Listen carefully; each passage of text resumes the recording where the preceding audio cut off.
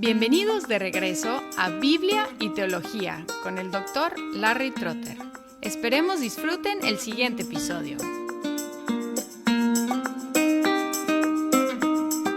Cuando lleguemos al tema de la neumatología, que es la aplicación de la redención por el Espíritu Santo, vamos a estudiar varios beneficios que los creyentes tenemos en virtud de estar unidos a Cristo. Por ejemplo, vamos a hablar de la justificación, la adopción, la santificación y la glorificación, entre otros beneficios. Pero antes de hacer eso, tenemos que reconocer si tenemos estos beneficios en unión con Cristo, que Él primero los tuvo. Esta declaración nos puede poner nerviosos porque no estamos acostumbrados a hablar de la justificación de Cristo, o la adopción de Cristo, o la santificación de Cristo, sino solo su glorificación. No obstante, no solo es posible, sino también bíblico, concebir de estos beneficios como de Cristo primero, y por lo tanto compartidos con todos los que están en unión con Él. De hecho, el Nuevo Testamento habla en estos términos.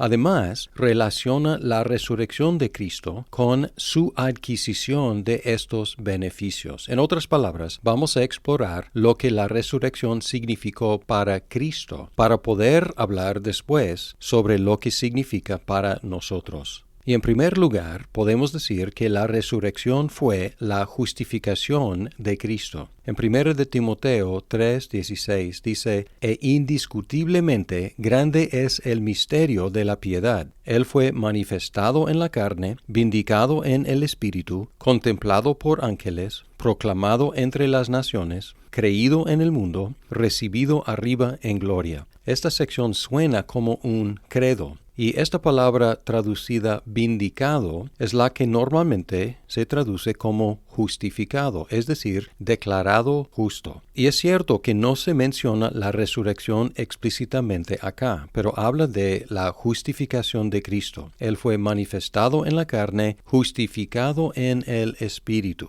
Aquí tenemos el contraste entre su manifestación en la carne y su justificación en el Espíritu. Y este contraste nos ayuda a hacer la identificación de su justificación con su resurrección. Carne relacionada con su humillación, Espíritu relacionado con su exaltación. Además, el resto del versículo menciona hechos que siguieron después de la resurrección. Dice, Él fue manifestado en la carne, vindicado en el Espíritu, y luego sigue, contemplado por ángeles, proclamado entre las naciones, creído en el mundo, recibido arriba en gloria. Preguntamos, ¿cuándo fue? ¿Después de qué evento fue contemplado por ángeles, proclamado, creído, recibido en gloria? Y la respuesta es después de la resurrección. Esto de manifestado en la carne resume su humillación, culminando en su crucifixión y sepultura, y vindicado en el Espíritu, o justificado en el Espíritu, señala el inicio de su exaltación, la cual comenzó en la resurrección. También podemos observar que en la Biblia la condenación y la justificación son conceptos opuestos. Cristo fue condenado por el pecado humano en su crucifixión y fue justificado, declarado justo en su resurrección. Así que podemos hablar de la resurrección de Cristo como su justificación.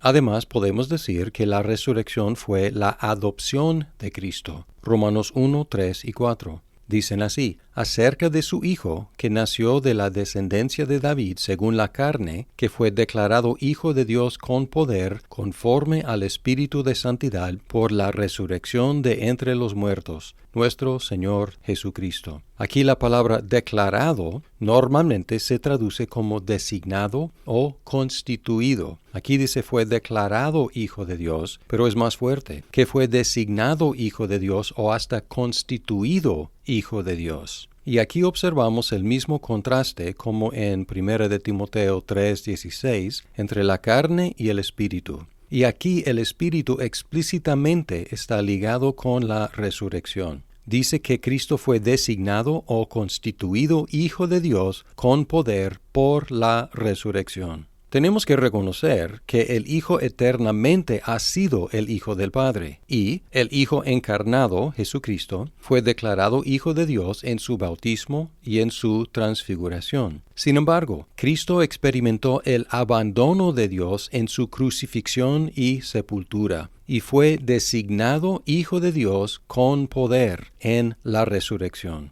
Quede claro que no estamos hablando de las relaciones intratrinitarias, sino que estamos hablando de la carrera o el camino de Cristo como el Hijo encarnado. Y contestando la pregunta, ¿cuándo fue constituido Hijo de Dios con poder? Según este versículo, fue en su resurrección.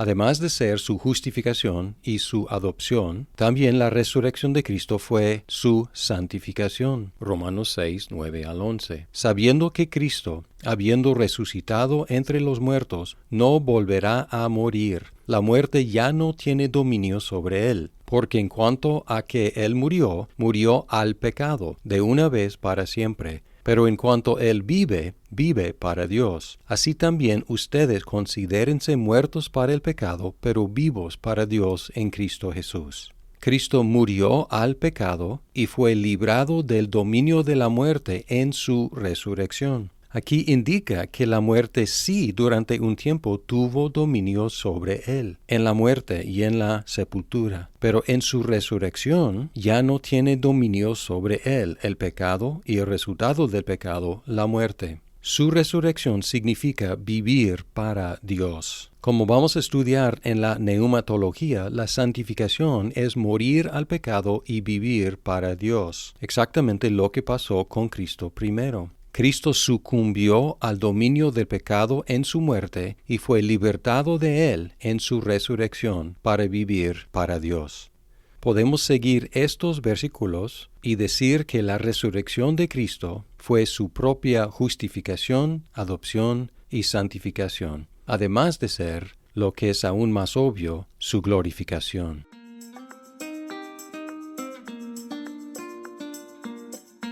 Muchas gracias por escuchar este episodio. Si estás disfrutando Biblia y teología, por favor compártelo con tus amigos. ¡Hasta pronto!